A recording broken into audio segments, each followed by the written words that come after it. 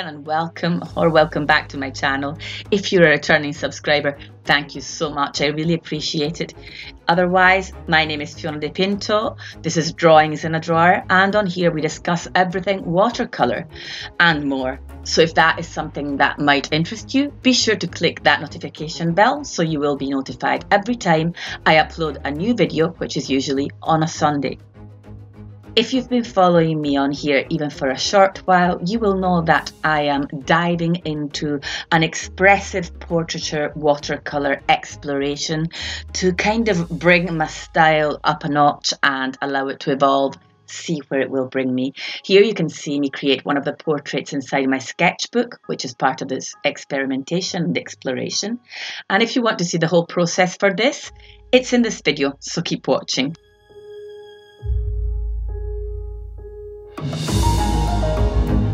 There are some paintings from my video from last week which are still part of this exploration, and some paintings also from the previous week, because this has been a series up till now. If you want to check them out and you still haven't seen them, then be sure to watch the other videos as well after you've finished watching this one.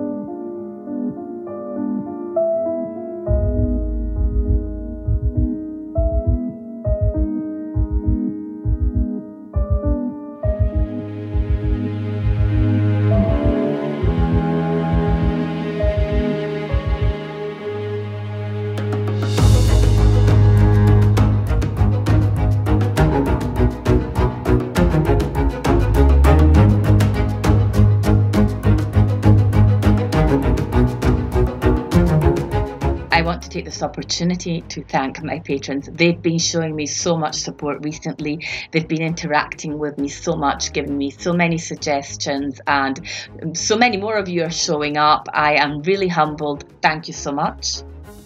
I also would like to remind you that at the end of the month of May 2024, I will be hosting a free live workshop where I will show you how to paint with watercolor in an expressive manner, and we will be tackling smaller projects. But if you want to sign up to this free live workshop, then please write to the email drawingsinadrawr@gmail.com. I will leave this in the description box down below. Only a limited number of people will be able to participate to this workshop, so be sure to write now, and you will automatically be signed up to my newsletter as well.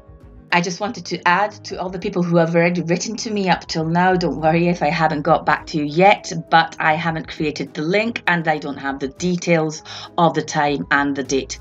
They will be coming next week. Thank you so much for your patience.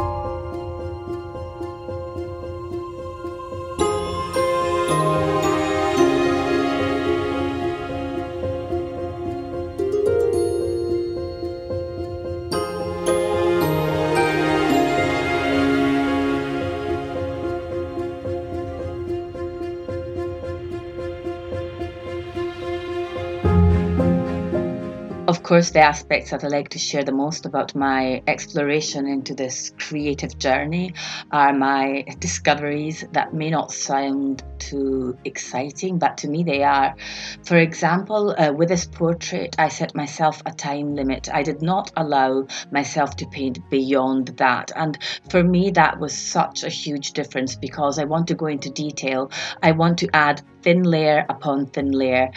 But knowing that I would have to stop when the timer went off forced me to focus on certain aspects and to decide that there were some areas of the painting that to me were more important than others. And by doing this, I did it in a more impulsive manner, which I think turned out with a really nice result.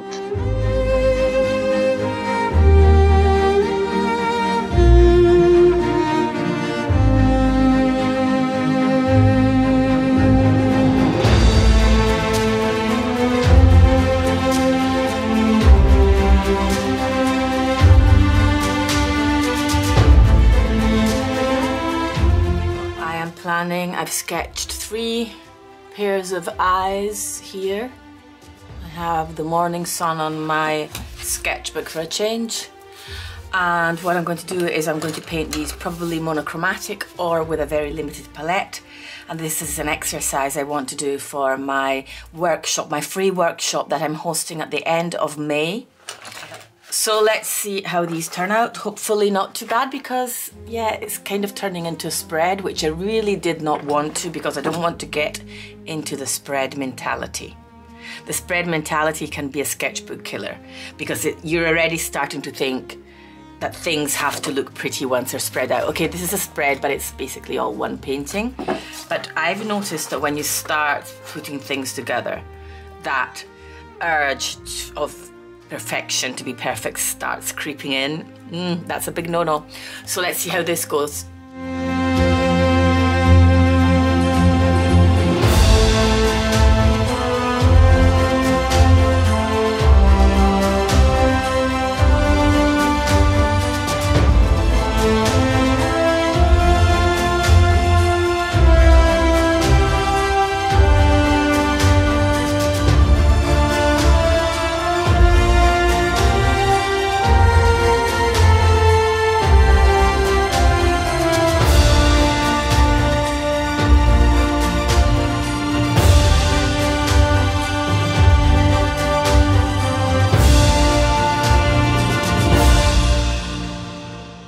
My initial idea was to start out with some monochromatic eyes, but as usual, I had to reach out for different colours.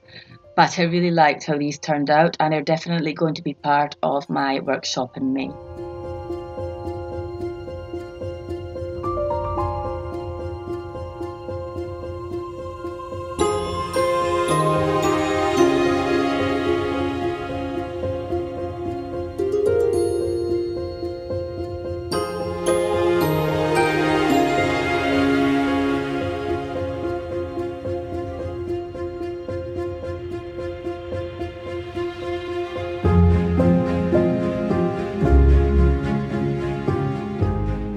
Eyes are definitely a comfort zone for me because I paint so many eyes, and when you paint something very often, usually you end up knowing how to paint it quite well.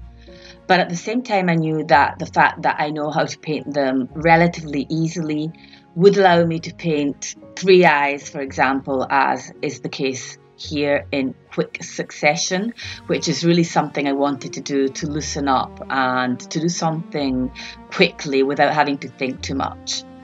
And here I almost gave up on this eye because the paper was totally falling to pieces, as you can tell. And I believe that's because I painted a bird on the other side, and I used tons of water to paint that bird. So this paper being only, I think it's 230 GSM, is slightly thinner than the paper I'm used to painting on. But I think that even the second eye didn't turn out bad at all at the end. I really like it.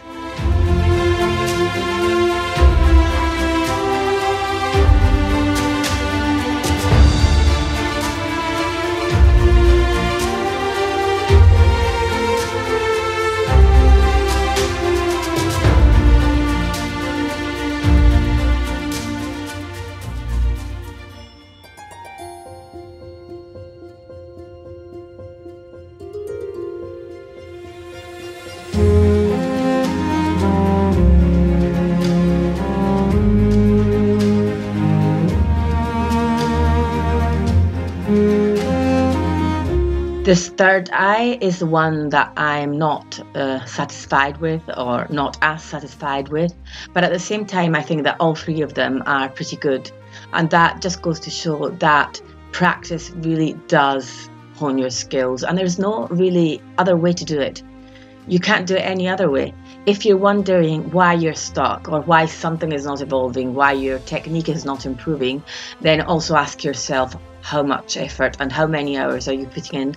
And even if you don't have that much time, as I've said before, even 10-15 minutes a day do make a difference. And even when you're painting loose, sometimes even more so, because it takes time to ease yourself into that mind frame.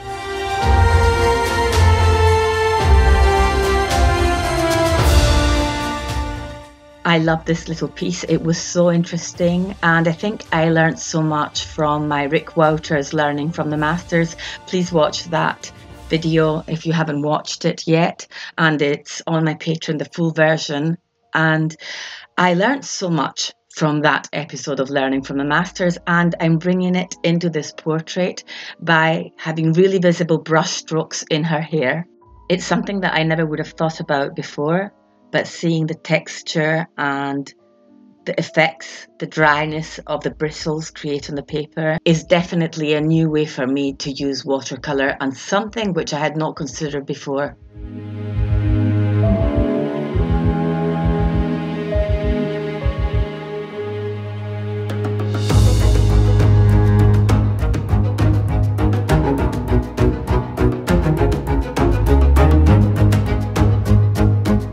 This last piece has a completely different look to it. I wanted to show you how to paint sharp shadows in watercolour, which is always a challenge, but it ended up looking more like an illustration, which I like, but it's completely different for me, and I think that is due to the background. I used pastel watercolours by White Nights, and I think they look more like gouache, and when something looks more like gouache and is more flat and more opaque, it tends to look more like an illustration to me, more like cartoonish in a way.